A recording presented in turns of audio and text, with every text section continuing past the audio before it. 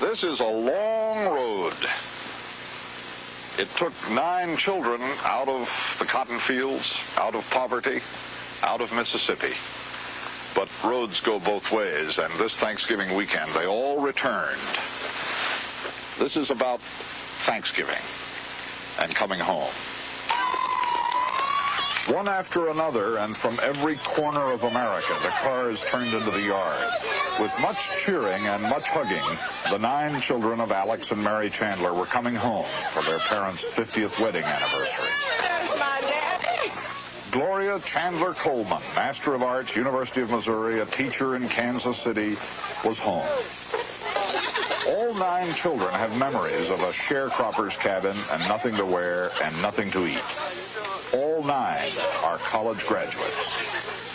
Cooking the meal in the kitchen of the new house the children built for their parents 4 years ago is Bessie Chandler Beasley, B.A. Tuskegee, M.A. Central Michigan, dietitian at a veterans hospital, married to a Ph.D. And helping out, Princess Chandler Norman, M.A. Indiana University, a school teacher in Gary, Indiana. You'll meet them all. But first, I thought you ought to meet their parents. Alex Chandler remembers the time when he had a horse and a cow and tried to buy a mule and couldn't make the payments and lost the mule, the horse, and the cow. And about that time, Cleveland, the first son, decided he wanted to go to college. We didn't have any money, and we went to town. He wanted to catch the bus to go on up there, so we went to town and borrowed $2.50 from her niece, and bought him a bus ticket to go up there.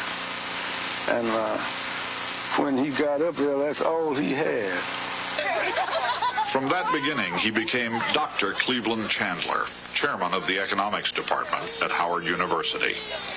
How did they do it, starting on one of the poorest farms in the poorest part of the poorest state in America? We worked. You picked cotton?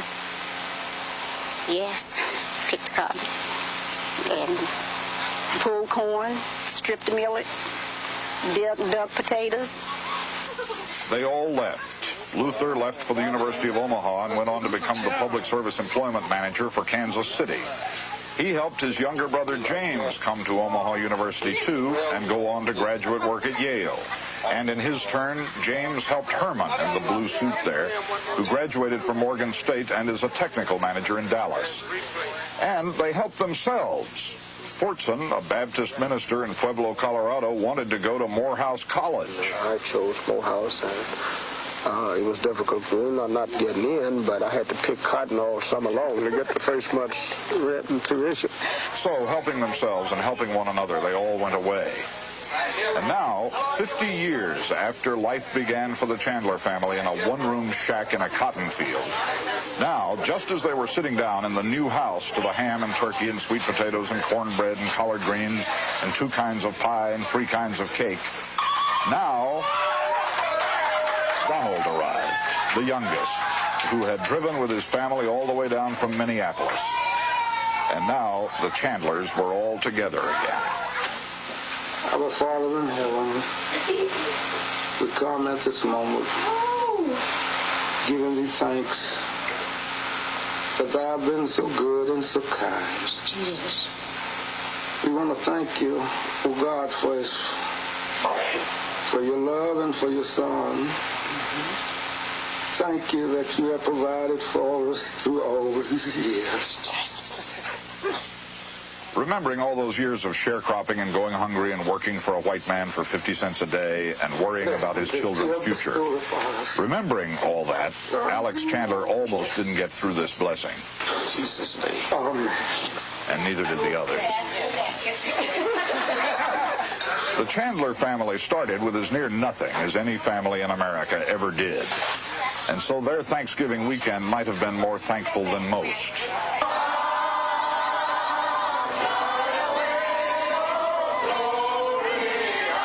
Fly Away is the name of the old hymn. It is Mr. Chandler's favorite. His 9 children flew away and made places for themselves in this country, and this weekend came home again. There probably are no lessons in any of this, but I know that in the future, whenever I hear that the family is a dying institution, I'll think of them. Whenever I hear anything in America is impossible, I'll think of them.